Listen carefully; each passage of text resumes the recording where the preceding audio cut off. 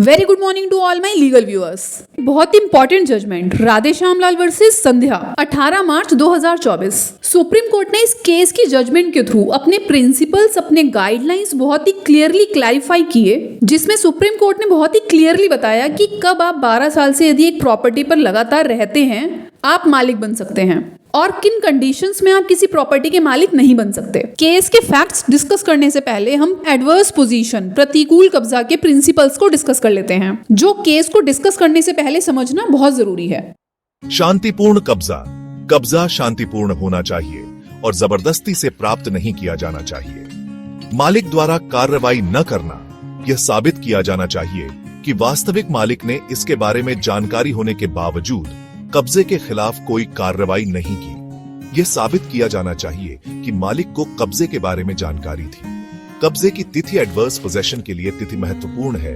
12 वर्ष की वैधानिक अवधि आवश्यक है। मालिक और पड़ोसियों का ज्ञान यह प्रदर्शित करना आवश्यक है कि वास्तविक मालिक को कब्जे के बारे में जानकारी थी और वह तिथि जब उन्हें इसकी जानकारी हुई। इसके अतिरिक्त यह स्थापित करना आवश्यक है कि निकटतम पड़ोसियों को कब्जे के बारे में जानकारी थी और वह तिथि जब उन्हें इसकी जानकारी हुई। निरंतर कब्जा, यह स्थापित किया जाना चाहिए कि संपत्ति का कब्जा मालिक या किसी अन्य व्यक्ति द्वारा बिना किसी रुकावट के निरंतर था।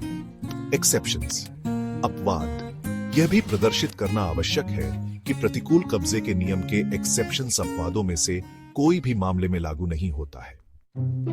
Now coming back to the very informative case, Radhe Shyamlal versus Sandhya.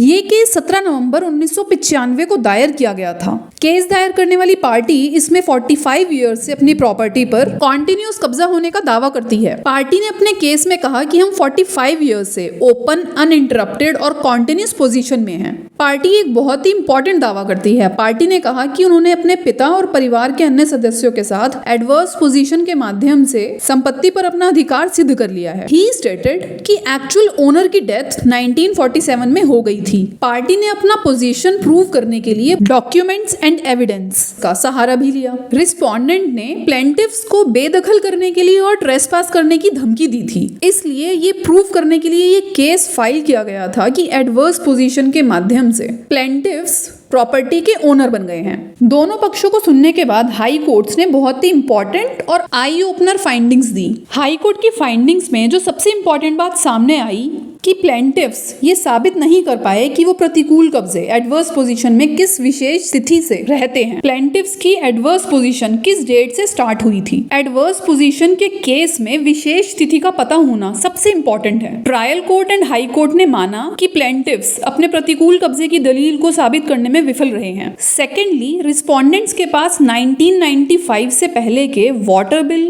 Electricity bill और प्रॉपर्टी टैक्स के रिसिट्स उनके नाम पर थे, जिससे ये पता चलता है कि 1995 तक रिस्पोंडेंट्स ही प्रॉपर्टी टैक्स, वाटर बिल और इलेक्ट्रिसिटी बिल का भुगतान करते रहे हैं। रिस्पोंडेंट्स के पास better documents and better title है।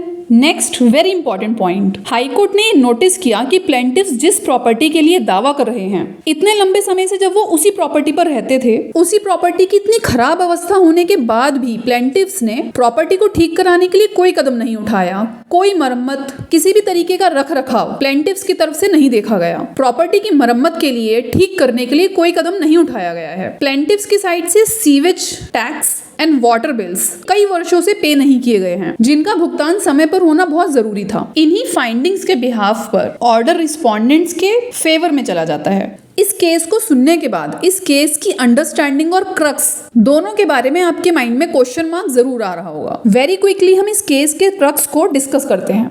पॉइंट नंबर 1, जब भी कोई पार्टी एडवर्स पोजीशन के लिए दावा करती है तब उसे ये पता होना चाहिए कि संपत्ति का एक्चुअल ओनर कौन है। एडवर्स पोजीशन के केस को प्रूव करने के लिए प्लेंटिफ को प्रूव करना होता है कि प्लेंटिफ एक्चुअल ओनर, वास्तविक स्वामी के विपरीत कब्जे का दावा कर रहा था। पॉइंट नंबर 2, प्लेंटिफ को यह भी प्रूव करना चाहिए कि प्लेंटिफ का लगातार लंबे समय से कब्जे में होना वास्तविक स्वामी एक्चुअल ओनर को पता था।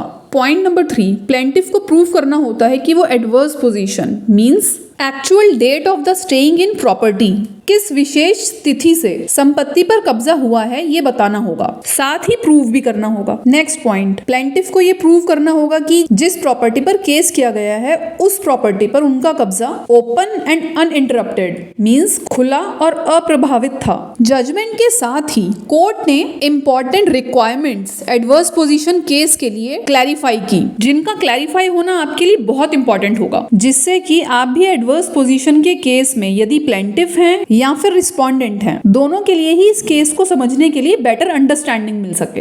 एडवर्स पोसेशन प्रतिकूल कब्जे के लिए 5 आवश्यकताएं क्या हैं? निरंतर और निर्बाध कब्जा। निरंतर continuous and uninterrupted possession. Uninterrupted possession सबसे पहले और सबसे महत्वपूर्ण रूप से एडवर्स पोजेशन के लिए आवश्यक है। दावेदार को मालिक के हस्तक्षेप से मुक्त निर्दिष्ट अवधि के लिए संपत्ति रखनी होगी।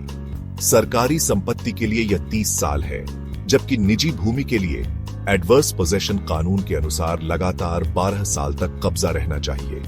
इस अवधि के दौरान दावेदार को मूल मालिक द्वारा इसे पुनः प्राप्त करने के लिए शुरू की गई किसी भी कानूनी कार्रवाई के बिना भूमि पर रहना होगा। एडवर्स पोजेशन प्रतिकूल कब्जे के लिए दावा शून्य हो जाता है यदि कब्जे में कोई रुकावट आती है या सही मालिक अवधि के भीतर कानूनी कार्रवाई करता है।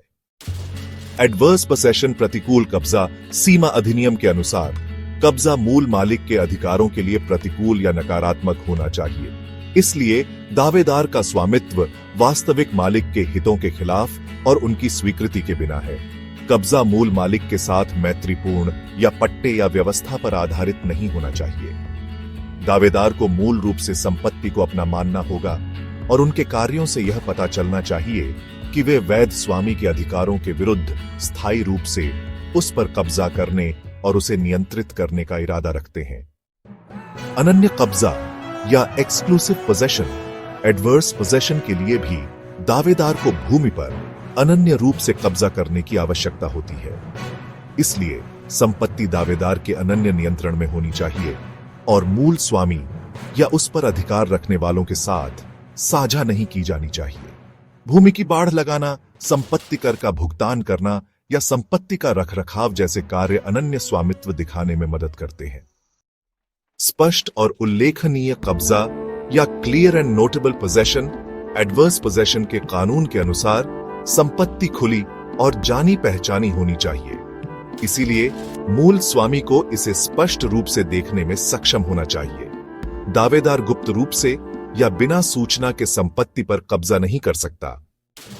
मूल स्वामी या संपत्ति को देखने वाला कोई भी व्यक्ति यह स्पष्ट रूप से समझ सकता है कि कोई और इसका उपयोग कर रहा है। उदाहरण के लिए, दावेदार को संपत्ति का लगातार इस तरह से उपयोग करना चाहिए कि वह स्पष्ट रूप से दिखाई दे या भूमि या निर्माण में संशोधन करे। संपत्ति कर भुगतान या प्रॉपर्टी टैक्स पेमेंट्स।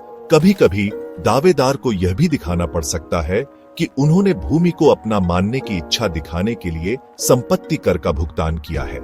हालांकि संपत्ति पर कर का भुगतान यह साबित कर सकता है कि दावेदार ने आवश्यक अवधि के लिए और स्वामित्व के लक्ष्य के साथ संपत्ति पर नियंत्रण किया है।